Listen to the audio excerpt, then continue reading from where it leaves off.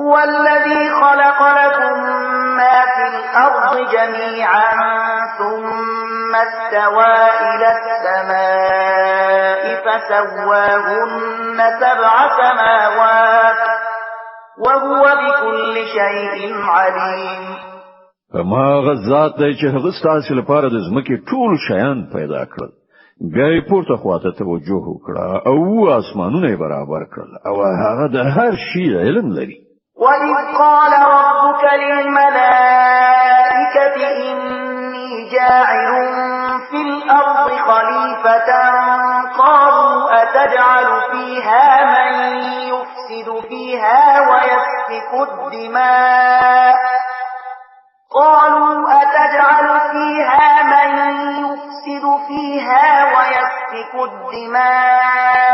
ونحن نسبح بحمدك ونقدس لك قال إني أعلم ما لا تعلمون. او بیا لکشان هغه وخت په زړه کړ چې کله ستا رب پرښتو ته ویلی و چې زه په ځمکه کې دی خلیفہ پیدا کوونکی یم. هغه ارزو کړای چې په ځمکه کې داسې یو څوک ټاکي چې د هغې نظم خراب کړي او ویني توی کړي. ستاله حمد و ثنا سره تسبیح او ستال پارس پیڅل ستاینه خو همدا مونږ کوو. الله و فرمایل زه پر هغه څه پوهیږم چې تاسو پرې نه پوهیږئ.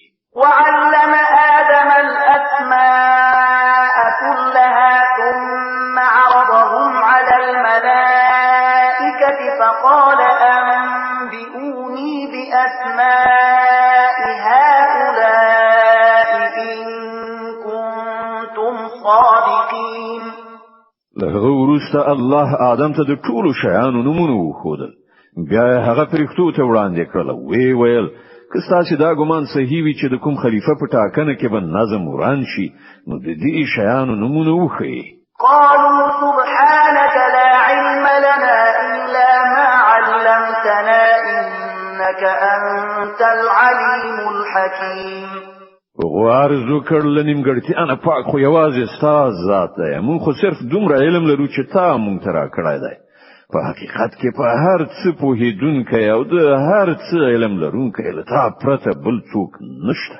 قال يا آدم أنبئهم بأسمائهم فلما أنبأهم بأسمائهم قال ألم أقل لكم إني أعلم غيب السماوات والأرض قال ألم أقل لكم إني أعلم غيب السماوات والأرض وأعلم ما تبدون وما كنتم تكتمون. الله آدم ته وویل دوی ته د دې شیانو نمونه وښیه. کله چې هغه ته د هغو ټولو نمونه وښودل نو الله و فرمایل ما تاسو ته نو ویلي چې زه د اسمانونو او ځمکې پر هغو ټولو حقیقتونو پوهیږم چې له تاسو نه پټ دي. څه چې تاسو ښکارا کوي هغه هم ماته معلوم دي او څه چې تاسو پټوي پر هغه هم زه پوهیږم. وَإِذْ قُلْنَا لِلْمَلَائِكَةِ اسْجُدُوا لِآدَمَ فَسَجَدُوا إِلَّا إِبْلِيسَ أَبَى وَاسْتَكْبَرَ وَكَانَ مِنَ الْكَافِرِينَ. او کله چې موږ پرښتو ته امر وکړ چې د آدم په وړاندې سرونه ښکته کړي نو ټول سرونه ښکته کړل خو ابلیس انکار وکړ. هغه د خپل لوی په غرور اخته او د نه منونکو له ډلې څخه شو. وَقُلْنَا يَا آدَمُ اسْكُنْ أَنْتَ وَزَوْجُكَ الْجَنَّةَ وَكُلَا مِنْهَا رَغَدًا حَيْثُ شِئْتُمَا وَلَا تَقْرَبَا هَٰذِهِ الشَّجَرَةَ فَتَكُونَا مِنَ الظَّالِمِينَ. او بیا موږ آدم ته وویل چې ته او ستا ماینه دواړه په جنت کې اوسېږئ او دلته په پراخۍ سره چې څه مو زړه غواړي خورئ خو دې ونې ته پام مور ګرځوئ که نه نو په تېري کوونکو کې به وشمېرل شئ.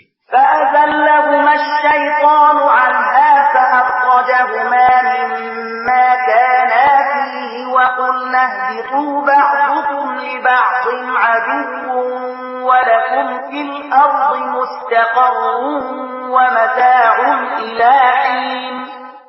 په پای کې شیطان دوی دواړه هغې ونې ته په لمسولو زموږ د امر له مننې واړول او له هغه حالت نه یې ویستل چې هغوی پکې وو. موږ امر وکړ چې اوس تاسې ټول دې ځایه کوز شئ تاسو یو د بل دښمنان یو تاسو تر یوې خاصې مودې پورې په ځمکه کې هستوګنه او هملته ژوند تیرول دي. فتلقى آدم من ربه كلمات فتاب عليه إنه هو التواب الرحيم. نو آدم له خپل پروردګار څخه څو کلمې زده کړې او پروردګار یې د هغه توبه قبول کړه. بشکه چې هغه لوی توبه قبلونکی او د رحمت څښتن دی.